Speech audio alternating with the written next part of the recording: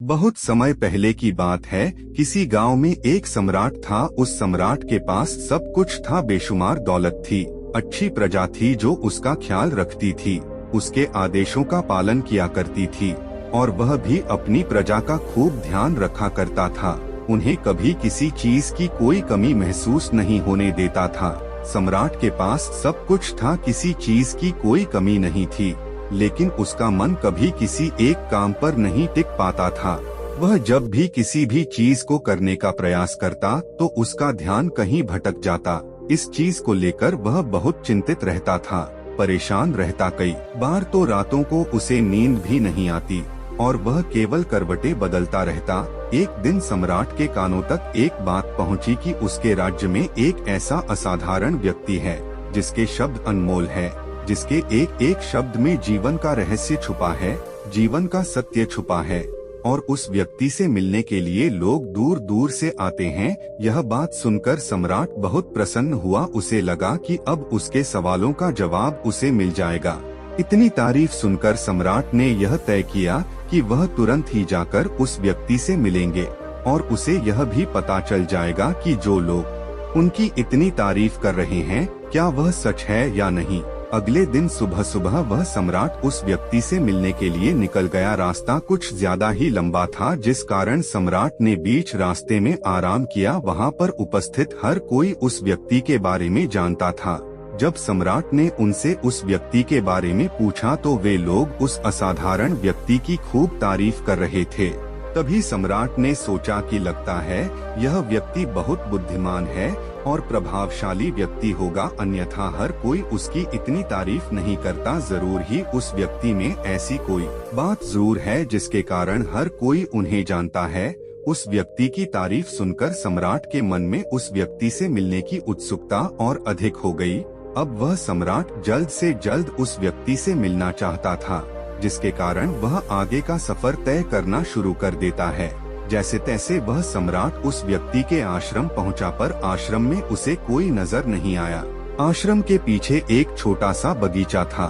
जब सम्राट वहां पहुंचा तो उसने देखा कि एक माली बगीचे में काम कर रहा था। उसका पूरा शरीर मिट्टी से लथपथ, पैरों में कोई चप्पल नहीं थी। इसको देखकर सम्राट ने माली से कहा, सुनिए महोदय, इस आश्रम के मालिक कहाँ हैं? मैं उनसे मिलने आया। इस पर वह माली जवाब देते हुए कहता है, श्रीमान आप अंदर बैठिए, मैं उन्हें बुलाता हूँ, वह जल्द ही आपसे मिलेंगे। माली की यह बात सुनकर सम्राट अंदर कुटिया में जाकर बैठ गया और उस असाधारण व्यक्ति के आने का इंतजार करने लगा। कुछ देर प्रतीक्षा करने के बाद जब असाधारण व्यक्ति उस सम्राट के सामने पहुंचा, उसने देखा कि यह तो वही व्यक्ति है जो बगीचे में काम कर रहा था। सम्राट ने उन्हें नमस्कार किया और बहुत हैरानी से कहा, अरे आप तो वही माली है जो बाहर बगीचे में काम कर रहे थे। लेकिन अब की बार तो माली एक बौद्ध भिक्षु के रूप में आया था। तभी बौद्ध भिक्षु सम्राट से कहते हैं, सम्राट मेरा मजाक माफ कीजिए, मैं बगीचे में छोटा सा काम कर रहा था, मैं ही यहाँ का माली हूँ और मैं ही वह असाधारण व्यक्ति हूँ जिससे आप यहाँ इतनी दूर मिलने आए। कृपया करके अपने आने का कारण बताएं। पर सम्राट उन बौद्ध भिक्षु से कहता है, हे महाराज, मैंने सुना है कि आप जैसा व्यक्ति इस पूरे राज्य में नहीं है। मैंने आपके बारे में कई सारी अच्छी बातें सुनी हैं। मैंने यह भी सुना है कि आपके पास जो भी अपनी समस्या लेकर आता है उसकी समस्या का समाधान आप जरूर करते हैं। इसी कारण मैं आज आपसे यहाँ पर मिलने आया हूँ और मैं आपसे उपदेश सुनना चाहता हूँ। लेकिन मेरे मन में एक शंका है। मैंने बहुत से विद्वानों को देखा है, बहुत से ज्ञानियों को देखा है, वे जब भी चलते हैं तो उनके पास तरह तरह की ज्ञान की किताबें होती हैं। उनके पास ऐसा कोई ना कोई संकेत जरूर नजर आता है जिससे यह पता चल सकता है कि वे लोग ज्ञानी हैं। लेकिन आपके पास तो ना कोई ज्ञान की किताबें हैं और ना ही कोई ऐसी कला के संकेत आप में नजर आ रहे हैं, लेकिन उसके बावजूद आप बहुत शांत नजर आ रहे हैं। क्या आप मुझे इसका रहस्य बता सकते हैं? इस पर बौद्ध भिक्षु मुस्कुराने लगे और सम्राट से कहते हैं, मेरा ज्ञान तो इस संस्कार में प्रकृति के रूप में हर जगह है। कृपया आप मुझे आपके यहाँ आने का कारण समझाएं। इस पर सम्राट कहते हैं, गुरुवर, मैं किसी भी काम को लेकर लंबे समय तक उसी काम पर अपना ध्यान नहीं लगा पाता। मैं कुछ ही देर में उस काम से भटक जाता हूँ। कृपया मुझे अपने इस समस्या का समाधान बताएं। मैं इस बात से काफी चिंतित हूँ। बौद्ध भिक्षु ने सम्राट की चिंता को समझकर कहा, महाराज, आपकी समस्या मुझे समझ आ गई है। आप जिस काम पर ध्यान नहीं लगा पा रहे, उसके लिए मैं आपको एक उपाय बता सकता हूँ, लेकिन आज आपको देर हो चुकी है। आप मुझे कल सुबह मिलिए। कल सुबह का समय ठीक रहेगा। कल सुबह जब आप मुझसे मिलेंगे तो मैं आपके सभी सवालों का जवाब आपको दे दूंगा। यह कहकर बौद्ध भिक्षु वापस अपने बगीचे में लौट गए और वह सम्राट भी वापस अपने महल लौट गया। लेकिन सम्राट को रात भर नींद नहीं आई। वह बस यही सोच में लगा था कि आखिर बौद्ध भिक्षु मुझे क्या बताने वाले हैं। वह तो मुझे एक साधारण से माली नजर आ रहे हैं, लेकिन जिस तरह से उनका मन शांत था, जिस तरह से वह शांत नजर आ रहे थे, यह बहुत आश्चर्य करने वाली बात है। अगले दिन सुबह सूरज निकलने से ठीक पहले सम्राट उस आश्रम पर वापस पहुंचा। वहां पर बौद्ध भिक्षु पहले से ही उपस्थित थे। जैसे ही सम्राट वहां पहुंचा, उन बौद्ध भिक्षु ने एक पानी का छोटा सा जग उस सम्राट के हाथ में थमा हुए कहा, इसे लीजिए और पौधों पर धीरे धीरे पानी डालिए। और यह आपके सामने पूरे 15 पौधे हैं। इन सभी पर आपको इसी प्रकार पानी डालते चले जाना है।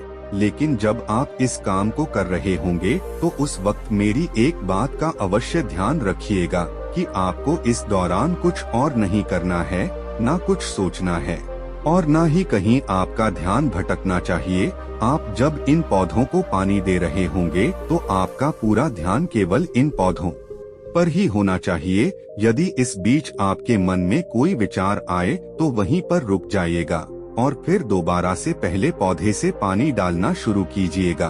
और जब आप मेरी बात मानकर ठीक इसी प्रकार इन सभी 15 पौधों को पानी दे देंगे, तब आप मेरे पास आइएगा और मैं आपके सभी सवालों का जवाब आपको दे दूंगा। उस सम्राट ने आज तक ऐसा कोई काम नहीं किया था और सम्राट को यह काम बहुत छोटा सा लग रहा था।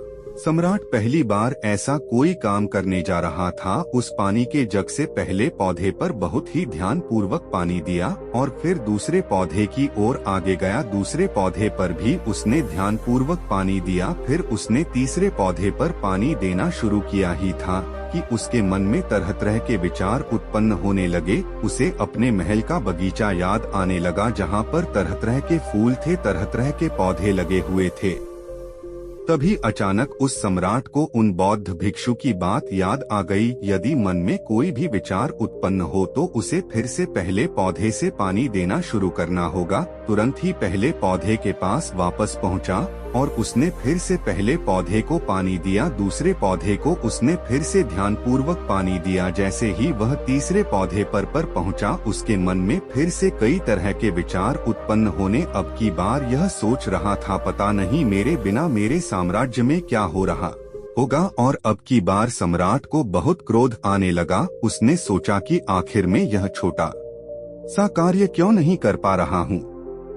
वह तुरंत ही फिर से पहले पौधे के पास पहुंचा। उसने अब की बार बहुत ध्यानपूर्वक पहले पौधे को पानी दिया, दूसरे पौधे को भी ध्यानपूर्वक पानी दिया। ऐसे करते करते अब की बार सम्राट करीबन 5 पौधों में बहुत ही ध्यान पानी दे चुका था। लेकिन अब की बार जैसे ही उसने छठे पौधे पर पानी देना शुरू किया, उस पानी को देखकर सम्राट के मन में नदी के विचार उत्पन्न होने लगे और सम्राट अब बहुत परेशान हो चुका था। जितनी बार वह पौधों को पानी देने का प्रयास करता है, हर बार वह असफल हो जाता। उसका मन उतना ही ज्यादा व्याकुल होता जाता और वह खुद पर क्रोधित हो जाता है। सम्राट यह बात बहुत अच्छी तरह से जानता था कि वह भिक्षु उसकी परीक्षा ले रहे हैं। वह बहुत बुद्धिमान था, इस कारण उसने उन बौद्ध भिक्षु के सभी नियमों का पालन करना जरूरी समझा। सम्राट जितनी बार भी कोशिश करता है, हर बार वह असफल हो जाता। उसका मन उतना ही ज्यादा व्याकुल होता जाता है,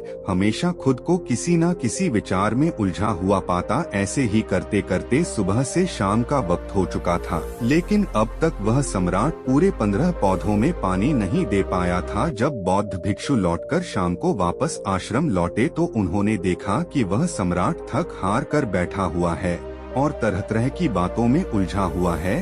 तभी बौद्ध भिक्षु सम्राट के पास पहुँचे और कहने लगे, हे सम्राट, मैं तुम्हारी ईमानदारी से बहुत खुश हूँ। तुमने अपने कार्य को पूरे मन और लगन के साथ करने का पूरा प्रयास किया, इसलिए जो बात मैं तुम्हें बताने जा रहा हूँ उसे बहुत ही ध्यानपूर्वक सुनना और समझने का प्रयास करना। जब हमारा मन विचारों से खाली हो जाता है तब उसमें मन का असली स्वरूप नजर आता है।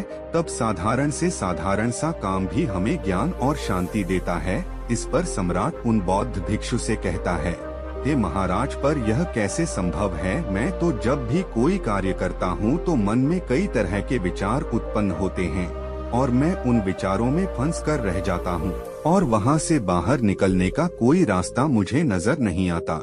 तभी बौद्ध भिक्षु सम्राट से कहते हैं, हे सम्राट, तुम पौधों में पानी नहीं डाल रहे थे, तुम तो जल्दी जल्दी अपने इस कार्य को बस खत्म करना चाहते थे। तुम्हारे मन में तो यह विचार उत्पन्न हो रहा था कि तुम जल्दी से जल्दी इन 15 पौधों में पानी दे दो और उसके बाद तुम मुझसे मिल सको, मुझसे अपने प्रश्नों का उत्तर जान सको। किसी कारणवश यह कार्य तुम्हें बोझ सा प्रतीत हो रहा था, मानो मैंने तुम्हारे कंधों पर एक बोझ रख दिया हो, और यही कारण है कि तुम अपने आप को इस पल में रोक नहीं पाए। जब हमारे सामने रखा हुआ कार्य बोझ लगता है तो हम उसे बस जैसे तैसे खत्म करना चाहते हैं और उस काम को करते समय हम अपना पूरा ध्यान उस कार्य पर नहीं दे पाते। अगर तुम इस पल के महत्व को समझ पाते और केवल पौधों और पानी पर ध्यान देते तो तुम्हें कोई भी विचार परेशान नहीं कर पाते। इस पर सम्राट कहता है, हे महाराज, मुझे आपकी यह बात समझ में आ रही है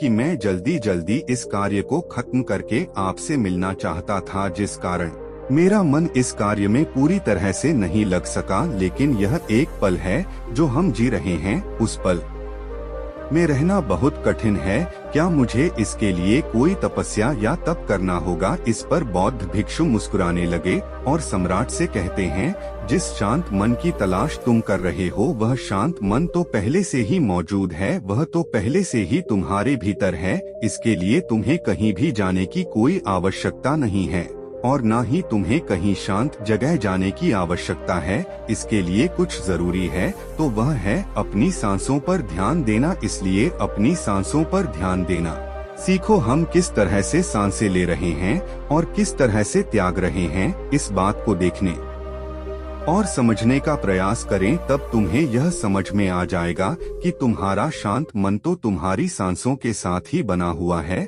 उसके बाद तुम चाहो तो कोई भी कार्य करते वक्त भी अपनी सांसों पर ध्यान दे सकते हो। जब तुम कहीं चल रहे हो, कोई ऐसा कार्य कर रहे हो तो तुम्हें अपनी सांसों पर ध्यान देना चाहिए या 2-4 मिनट अपने आसपास की प्रकृति पर गौर करो। देखो कि क्या चल रहा है तुम्हारे आसपास। इससे तुम वर्तमान में आ जाओगे। फिर तुम अपने काम को जल्दी जल्दी बस यूं ही खत्म नहीं करके उसे पूरे मन से करने का प्रयास करोगे, जिससे तुम्हारा मन एकाग्र होगा और चाहे कोई भी काम क्यों ना करो, फिर चाहे वह छोटा हो या बड़ा, तुम्हारा मन उसमें पूरी तरह से विलीन हो जाएगा और वह कार्य ही तुम्हें शांति और ज्ञान भी प्रदान करेगा। ऐसे समय पर हमारे मन में किसी प्रकार के कोई विचार उत्पन्न नहीं हो पाते और जब हम ऐसा करते हैं तो कर्ता और कर्म एक हो जाते हैं और हमारे भीतर की जो शांति है वह प्रकट होने लगती है। हम उसमें मग्न हो जाते हैं। इसे तुम चाहे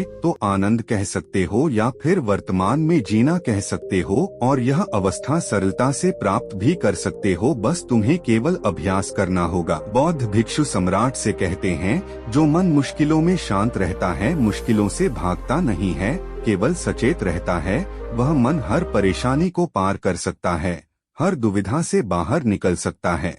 सम्राट को उन बौद्ध भिक्षु की यह सारी बातें समझ में आ चुकी थी। उसने उन बौद्ध भिक्षु को प्रणाम किया और वहां से वापस वह अपने राजमहल लौट आया। उसने अपनी सांसों पर ध्यान देना शुरू किया और धीरे धीरे इस निरंतर अभ्यास के कारण वह अपने हर काम को ध्यान और मन लगाकर किया करता था, जिससे उसे असीम शांति मिलती थी और वह छोटे छोटे कार्यों से भी ज्ञान प्राप्त कर लेता था। इसलिए दोस्तों, कभी किसी काम को बोझ मानकर मत कीजिए, क्योंकि यदि आप उसे बोझ मानेंगे तो उसे आप अपने ऊपर से उतारने का प्रयास करेंगे, उसे जल्दी जल्दी खत्म करने का प्रयास करेंगे। लेकिन इस प्रयास के दौरान आप जो भी कार्य करेंगे वह पूरे मन और लगन से नहीं हो पाएगा, और ऐसे में आप उस कार्य को जो अंजाम देना चाहते हैं, हो सकता है कि आप उसे अंजाम भी ना दे सके, और इसी कारण वश आपके मन में तनाव भी पैदा हो जाता है। हम चिंतित रहने लगते हैं, परेशान रहने लगते हैं, क्योंकि जो अंजाम हम उस कार्य को देना चाहते थे उस कार्य को ना दे सके। और हम में से अधिकांश लोग यही गलतियां करते हैं। जब उन्हें कोई कार्य सौंपा जाता है तो वह उस कार्य को करने का प्रयास तो करते हैं, लेकिन वह चाहते हैं कि वह काम कितनी जल्दी खत्म हो जाए, और वह उस काम को करते वक्त अपने आप को वहां नहीं रख पाते, बल्कि उनका मन तो कहीं और ही भटकता रहता है, जिससे हमारा मन हम पर हावी होने लगता है। हम चाहकर भी किसी काम को नहीं कर पाते, और जो काम हमें वर्तमान की ओर ले जा सकता था उस दरवाजे को हम खुद ही बंद कर देते हैं, क्योंकि वह काम हमें बोझ लगने लगता है। इसलिए जब भी आप कोई काम शुरू करना चाहते हैं तो उससे पहले अपना पूरा ध्यान अपनी सांसों पर केंद्रित करें। यह आपके काम के ध्यान में परिवर्तित हो जाएगा, और इस काम में जो भी कठिनाइयां उत्पन्न हो रही हैं उसे आप पल भर में सुलझा देंगे। फिर चाहे कैसी भी विपरीत परिस्थितियां आपके सामने क्यों ना आ जाएं, आप उस काम को पूरे मन और लगन के साथ पूरा करके ही रहेंगे।